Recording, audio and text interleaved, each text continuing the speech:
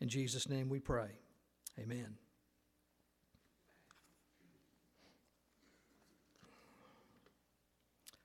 Tonight, as we continue our discussion in Proverbs, we're going to talk about Proverbs on business principles. I had intended originally to conclude our discussion of Proverbs tonight, but I'm going to extend for another month. We're going to go into January.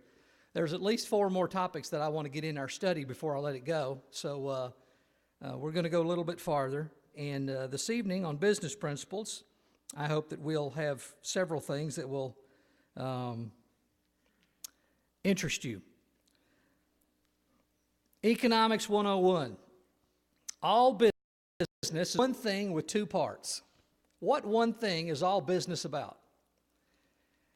Well, I guess we could describe it as, first, it is providing something of value, either goods or services. If you're in business, that's what you're in business to do. There is something that you are doing for another person. But that's just part one. The second part is that you're providing goods and services in return for something of value. Usually that's money, but not always. So we sometimes have a bartering arrangement where you do something for someone and you trade out. But typically, our relationship with business is we trade and we use that money as the bartering tool. And so we get something of value, we give something of value, and hopefully we can use that to do what we want. Goods are anything that we purchase that is something that we hold or use. It would include houses, clothes, cars, whatever you think of at Walmart, except perhaps if you were going to the automotive center, they might do services for you. But everything else, when you go to a store, typically you are buying goods. Services would be involved with nearly everything else in life. And nearly everyone in this room is a service provider at some level. If you are employed, chances are you're a service provider. Unless you own your own business and you are a manufacturer, then you're involved in some level of service as an engineer, an architect, a teacher, a construction worker, whatever. And we could describe all of those things. So for that reason, when we think about business, we're all involved in business. Everyone, either as a buyer or a seller or both, is involved. If you've got a job, you're in business. Now, you may not think of your job as part of a business. You may feel like you're just going and doing something for someone, but you really are a business person. If you have a job, you're in sales. Do you think you're in sales? You say, well, I'm not in sales. I go and, my job's a teacher. I don't sell anything. But you do. You see, if you have a job, the product you're selling is yourself. Someone is paying you for your time or your experience, your skills, your knowledge, your personality, perhaps your looks, or some other aspect. They are buying that from you. And as long as you continue to provide your goods and or services at an appropriate level, your employer, who is your customer, will continue to purchase those things from you. If, on the other hand, the quality of your services or goods begin to deteriorate, where your employer does not feel like what he or she is getting from you is of sufficient quality, they may decide not to buy from you anymore.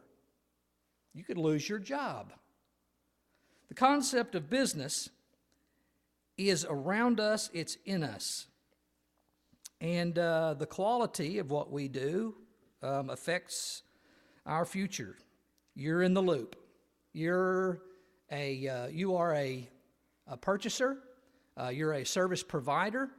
If you make anything, you're also a manufacturer. Tonight, I'm going to look at about 13 basic principles of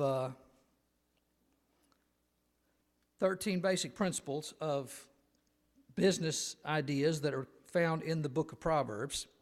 And that's a little challenging for us to get to in the time allotted, so we'll hasten right along. Number 1, commit yourself to God. Trust in the Lord with all your heart, and lean not on your own understanding. In all your ways acknowledge Him, and He shall direct your paths. What does that have to do with business? Chapter 16, verse 3 says, commit your works to the Lord, your thoughts will be established. When we commit ourselves to God, we have a basic principle that's established, and that is that our relationship with others is guided by our commitment first to God.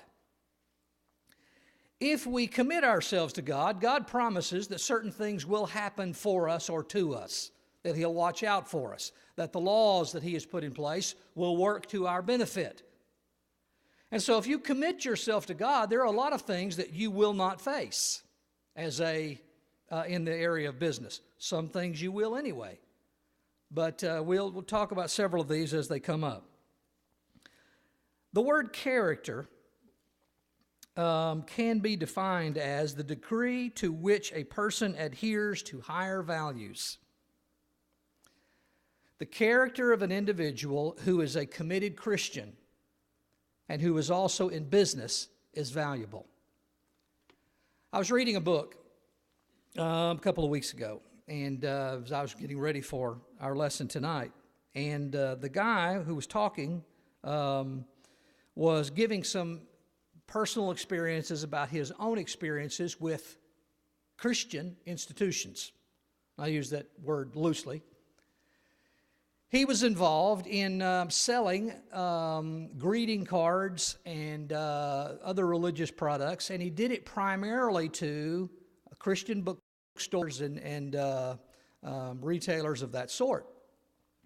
And he said, you were dealing with those who would openly claim to be Christians, that you would have a better financial relationship. You would expect things to be paid for on time. You would expect for shipments to be acknowledged and for there to be an appropriate business dealing. And he said, you would be wrong to assume, in his experience, that those who called themselves Christians actually had Christian ethics when they did business. I knew a guy several years ago who was writing tracts, and he was sending them out to churches, and I mean churches of Christ. And he said to me one time, our brethren sometimes almost act like crooks. He said he had shipped things to people that they refused to pay. He has signed shipment orders where they refused to acknowledge that they even got the shipments. He said they were continually late. He had to turn some over to collections. Said it was obvious that when people came to business, even though they called themselves Christians, they did not function like them. From a standpoint of our service to God, the very first thing we're going to need to do is recognize we have a greater service to render. And I hope that your employer realizes that you are a quality employee, that those who provide services to you, that you're a quality vendor. Those who get your stuff, that you're a quality provider. Number 2, plan your work. The plans of the diligent lead surely to plenty, but those of everyone who is hasty surely to poverty.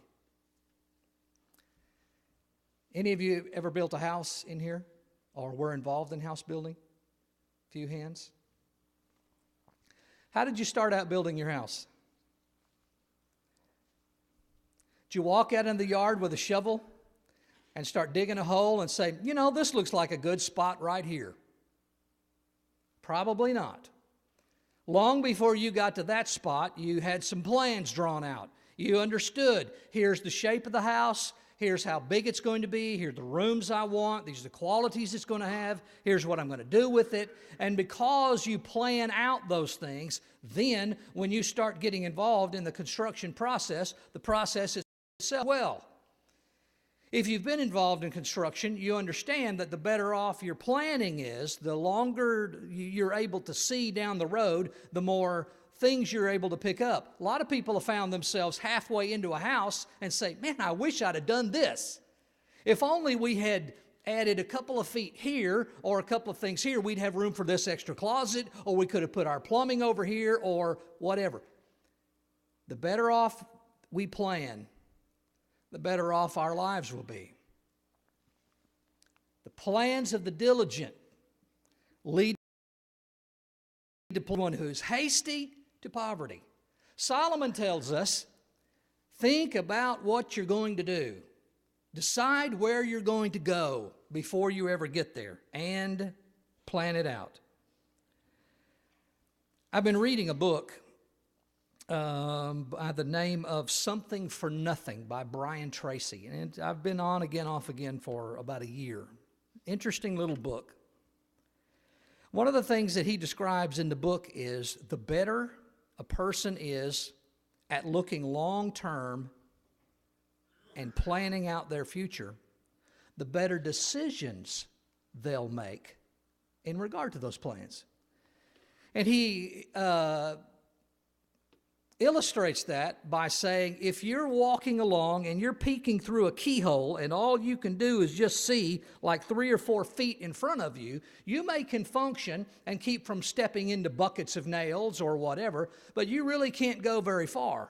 On the other hand, if you're able to, with a pair of good binoculars, look up and really scan ahead of you, then you can make a lot better decisions about where you're going to go. How well do you plan? I'm not going to belabor that. Number 3, seek and accept advice. And there are several little notes about this one. Without counsel, plans go awry, but in the multitude of counselors, they are established. In a multitude of counselors, there is safety. Listen to counsel and receive instruction that you may be wise in your latter days. Plans are established by counsel. By wise counsel, wage war. Now, you're not interested in waging war, I'm sure.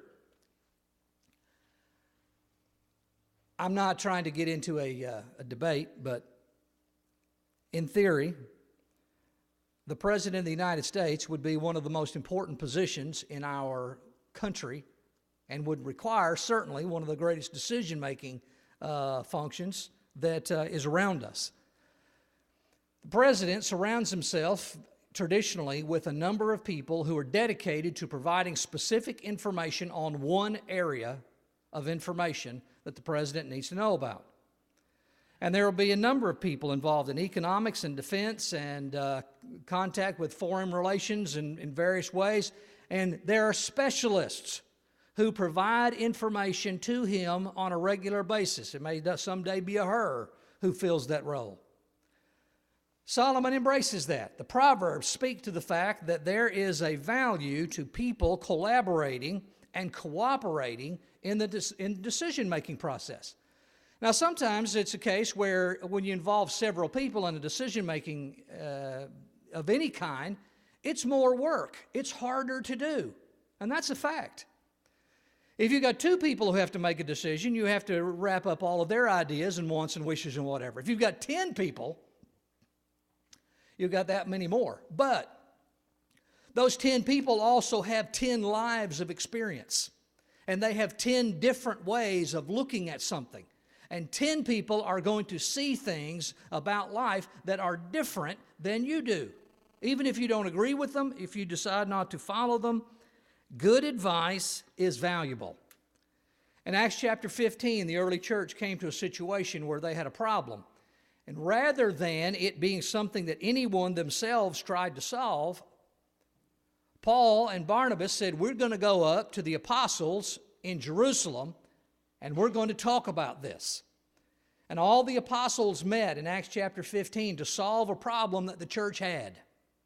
They all got together, they talked about it, Each person gave their point of view. There were some summary statements, and they came up with an option on what to do.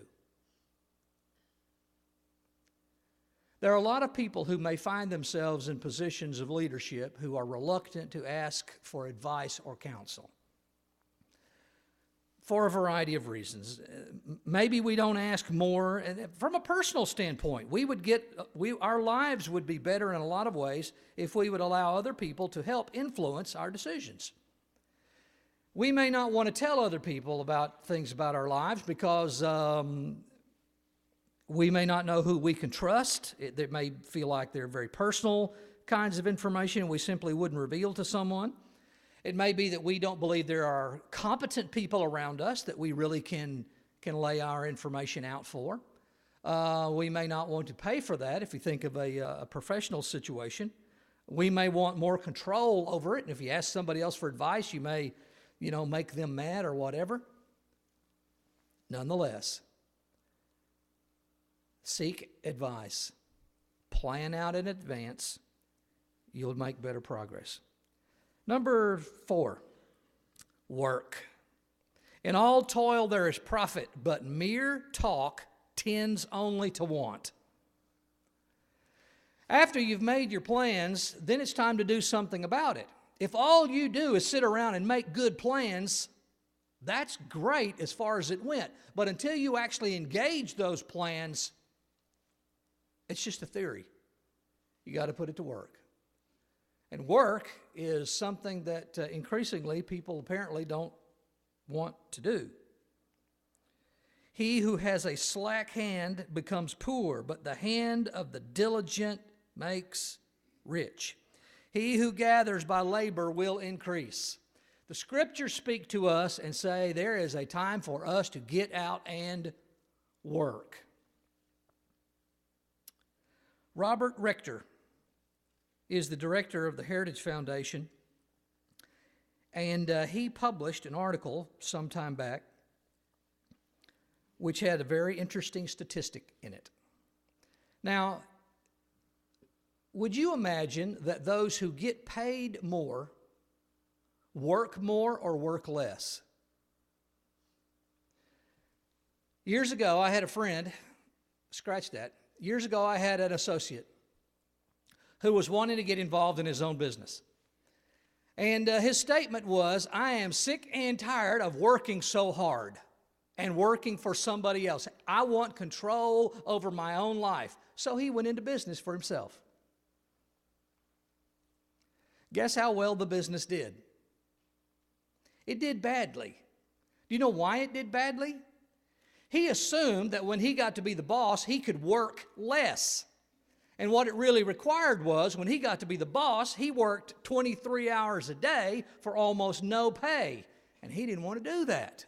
And so it wasn't too long until he decided, I'm going back to something else. And so he got out.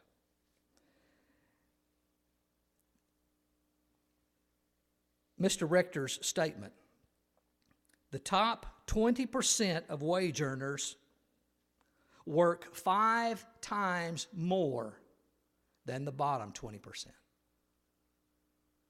The top 20% of wage earners work 5 times more than the bottom 20%. You talk to people who are successful in business and successful in their work, and they are not taking month-long vacations sailing around the world. They are working to make their businesses work. Now, there comes a time, hopefully, when you are successful enough and you have enough energy invested in your circumstances that maybe you can take off. But a lot of people want to see how little work they can do. Scriptures point to the fact that that's the wrong way to go. Working and working more and working harder provides for an increase in your life. Let's put it on the other side. Let's assume that you are a business owner and you are looking for an employee to advance in your company. And it's going to mean a responsible position, and it means a raise in pay, and it is very important to you as a business person. Who are you going to want to give that job to? The person who you know only works as much as they have to get it done, or are you going to be interested in promoting the person who works themselves silly in your behalf? And you already know the answer to that question. You're going to advance the person who works hard. You're going to advance the person who shows up early, who stays late, who stays on the job, who accomplishes what they should do, who always finishes their work, who does good work, who cares about the company. That's the kind of person you're going to take care of. Okay? What kind of person are you? Are we? If we expect to succeed, then it's important for us to work for those who provide for us.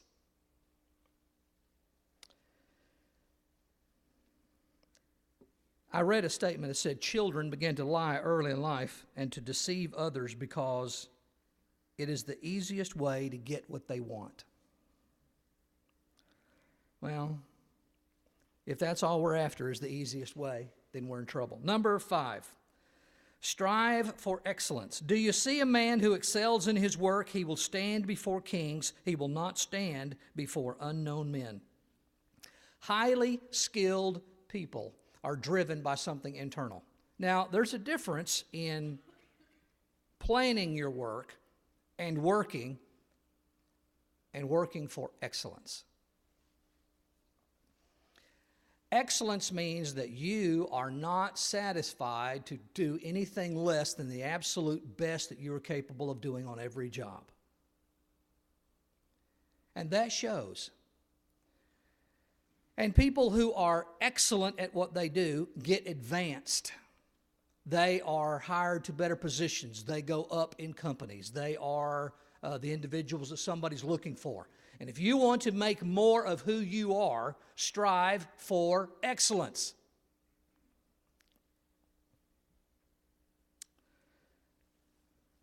Number 6, stay hungry. Need is a good motivator. The person who labors for himself.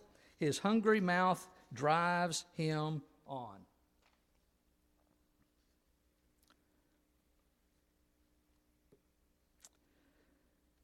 Dale Carnegie said this: there is only one way to get anybody to do anything, and that is by making the other person want to do it. There's only one way to make anybody do anything. You've got to make them want to do it. You say, no, that's not true. You can force people to do things. Yeah, you can a little bit.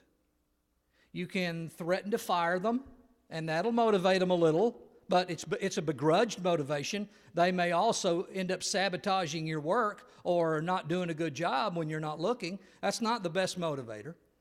The greatest motivator is for a person who really wants to do something for you. And that person, it has to have something that's coming back to them. And the person who's hungry, I want it, I'm after it, let me have an opportunity for it, that is what drives us on.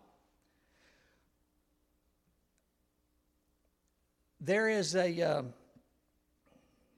a lot of interesting stories that happen about people who either inherit a lot of money, that doesn't happen all that often, or who win a lottery. And there are some really tragic stories about lottery winners. In fact, so much so that they've come up with the phrase, the curse of the lottery winner.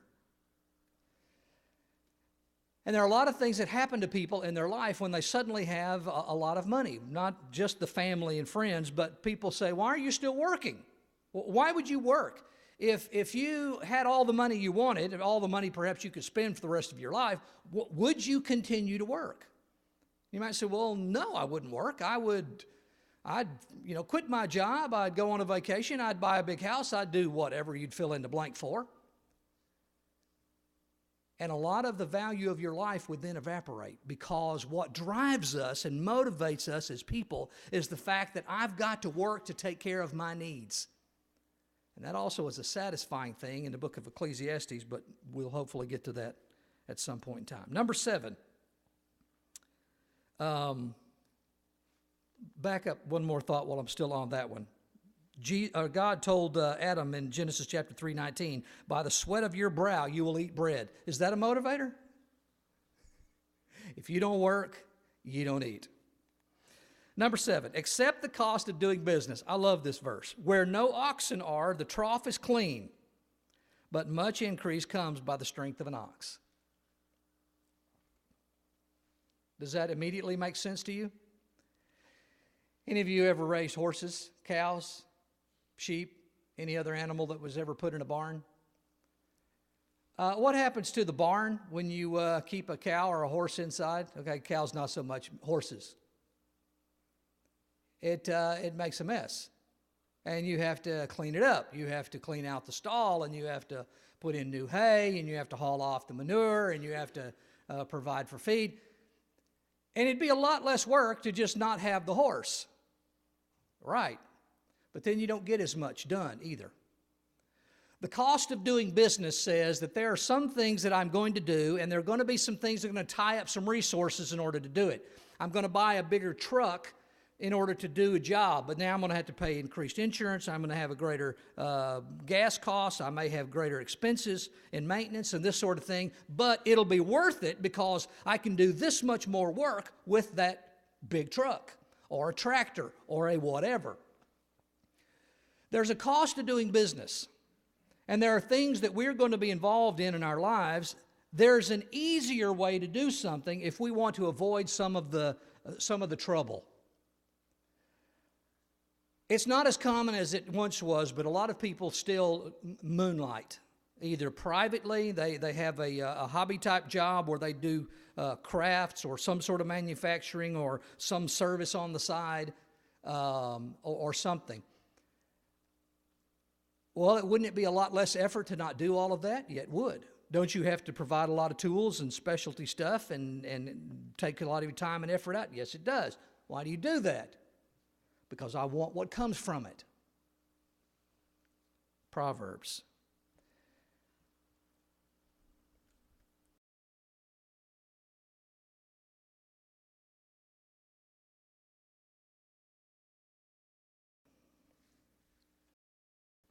If you faint in the day of adversity, your strength is small. What does it mean to be strong?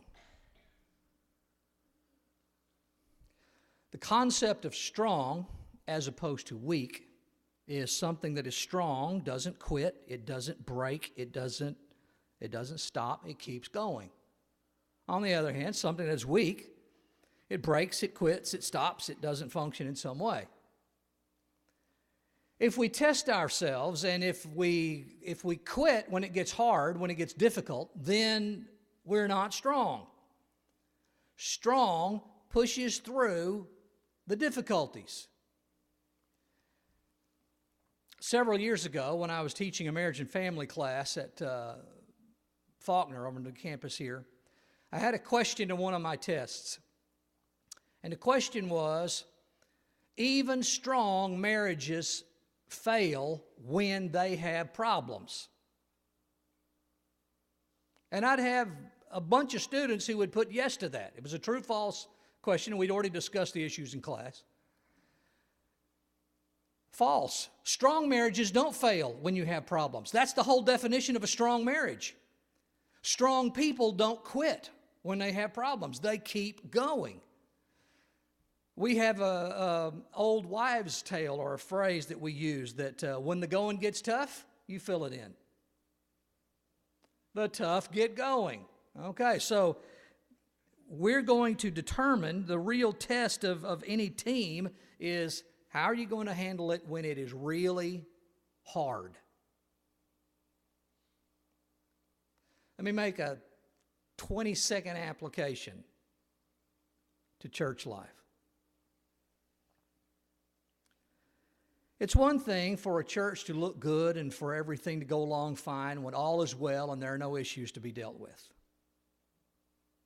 It's another for a church to do fine when there are issues that come up, when there are problems that happen, when there are difficulties that must be overcome. And that's when you find out about the real strength of something. You find out about the strength of an employee when difficulties come into their lives. You find out about the strength of a business when the economic times come along. You find out about the strength of a person when they run into trouble in their lives and they've got to overcome some things. What are you? Don't be a quitter. Number 9. We've gone through the positives. I've got about 3 or 4 negatives here that I want to put in. Number 1 was don't give up. Number 2, don't rejoice in the failure of others. Do not rejoice when your enemy falls, and do not let your heart be glad when he stumbles.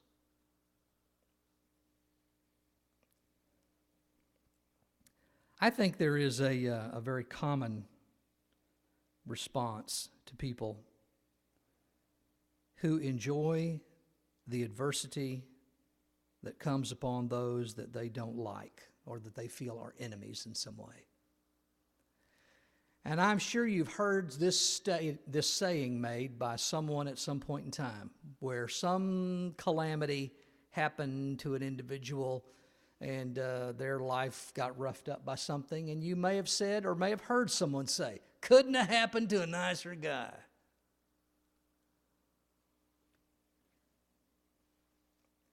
Don't rejoice when your enemy falls.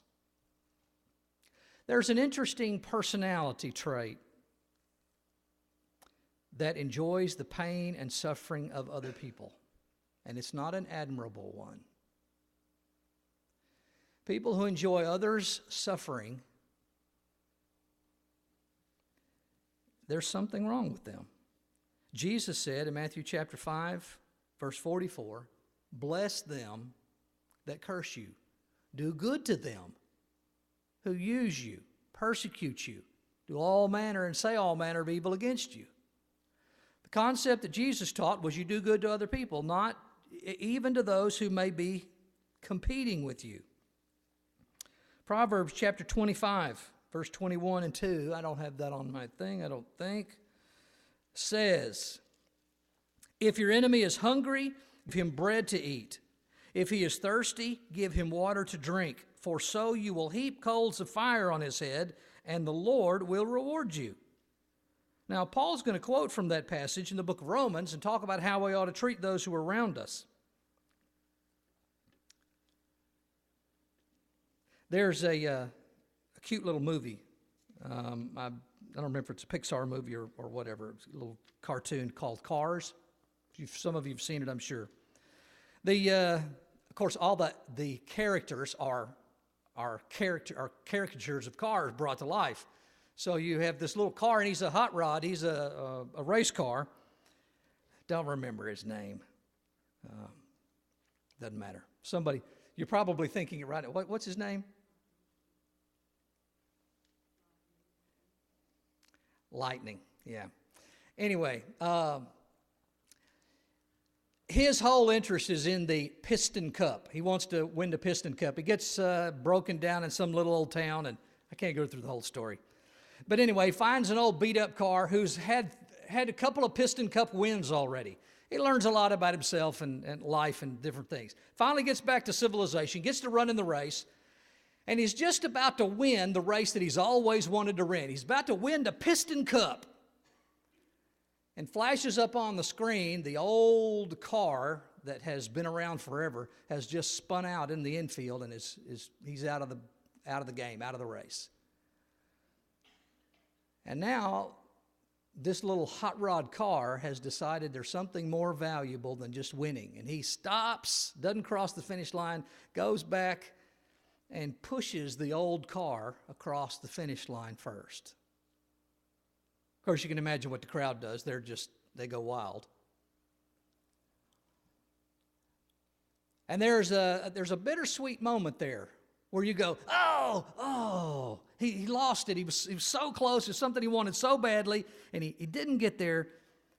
But then there's something so much more fulfilling as he swallows his pride, and he's behind the old car, and he's coming in last, and he pushes him across.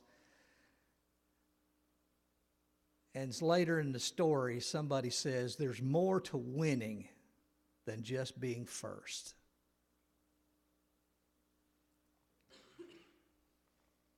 Real winners do not cheer when other people have trouble. Period. There's that verse, I just read it. It's not on my notes, but it was on my slide. All right, number 10. Don't be or hire lazy. He who is slothful in his work is a brother to him who is a great destroyer. The slothful one. Proverbs chapter 24, verse 30. I went by the field of the lazy man, by the vineyard of the man devoid of understanding. And there it was, all overgrown with thorns. Its surface was covered with nettles. Its stone wall was broken down. When I saw it, I considered it well. I looked on it and received instruction. A little sleep, a little slumber, a little folding of the hands to rest. So shall your poverty come like a prowler, and your need like an armed man. The story here, the imagery is, I went by a place and it was overgrown and it was obvious the person who lived there was lazy. They weren't doing their business.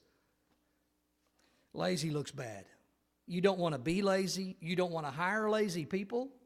Lazy employees don't do a good job. Your business will suffer. Those who interact with you will be terrible. I want to read you a quote. It is the internal struggle between two principles, right and wrong. They have stood face to face from the beginning of time and will ever continue to struggle. It is the same spirit that says, you work, toil, and eat bread, and I'll eat it. You work, toil, and earn bread, and I'll eat it. You know who said that? Abraham Lincoln. As he was talking about the constant struggle of those who want something but don't want to do anything for it. They want somebody else to take care of them. A motivational speaker by the name of Dennis Waitley said this: successful people prefer activities that are goal-achieving. Unsuccessful people prefer activities that are stress-relieving. The concept there is the person who really succeeds in life, they are driven, they look for things, and when they take time off, they're still involved in stuff. People who don't, they're looking to get out of work. They want to relax and kick back, and there's nothing necessarily wrong with sitting on the porch with a glass of tea, but too much of that can be a problem. Number 11, be honest. Whoever is partner with a thief hates his own life. Dishonest scales are an abomination to the Lord, but a just weight is his delight. It is good for nothing, cries the buyer, but when he has gone his way, then he boasts. Those are three great proverbs. If you link up with somebody who steals, you're in trouble as well. If you sell or if you're involved in cheating, you're dishonest in how you get your gain, that's going to come back to you, and it's also against God. I don't know if you watch any television, and if you do, what's on the History Channel? No? Yes? 45 on my television dial, I think, is they have a show occasionally called Pawn Stars. Interesting little show, at least it is sometimes. What's interesting is sometimes they'll have a guy come in with some product or some object, and the pawn shop is buying it. But the guys who are buying the material usually run it down. Well, you know, this has got a chip in it, and this is broken, and this is missing a part. But sometimes they'll actually interview the guy before they've actually made the deal. And so a guy's sitting there going, man, I can't wait to get this thing. If I'm really stoked or I'm pumped, if I can get that, I can really make a great profit. But then he's out there ready to buy it, and he's going, I'm not sure I can make any money off of this. And, that's dishonest. Now, I'm not in the pawn shop business, and I'm not knocking a show necessarily. I think it's good entertainment sometimes, but if you're selling something and somebody comes up and says, you got a piece of junk here, and it's not worth anything, and you sell it to them at a cut rate price because you're convinced it's no good, and then they go out and say, oh, this is the greatest thing ever, and they sell it for a high price, they've robbed you.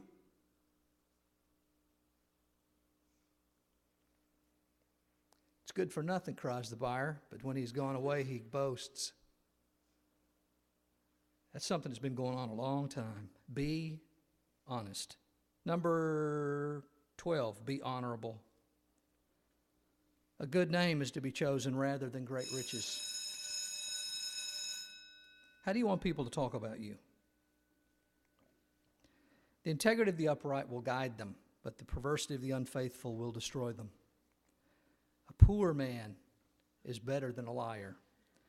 There's an honorableness. William Shakespeare said, he who steals my purse steals trash. A good name steals everything. I've got one more slide. Those of you who need to move and go, please feel comfortable to do so. And I'll finish this. Number 13, be reliable. Whoever falsely boasts of giving is like clouds and wind without rain. Even a child is known by his deeds, whether what he does is pure and right. The first one, Proverbs 25:14. You probably at some point in your life have been around people who will easily commit to helping you do something or will provide something, and then for some reason whatsoever that they don't come through with it. I've had some people in the past that I've had dealings with. You plan a project or something and you really need some help. You say, would you help me with this? And oh yeah, be glad to help you with that. Or I can provide you this and this and this. Okay. And then they don't. You say you're going to do something and you don't come through, that's like a farmer watching the clouds waiting for the rain and it doesn't come. Be honest. Be reliable. Commit to God, plan your work, seek and accept advice. You can read the rest. 13 business principles for Proverbs. These will be on the web, on our website if you want to go over the things again. Thank you for your time and attention. Have a Merry Christmas. Lord willing, we'll continue our study in Proverbs next Wednesday night. Thank you.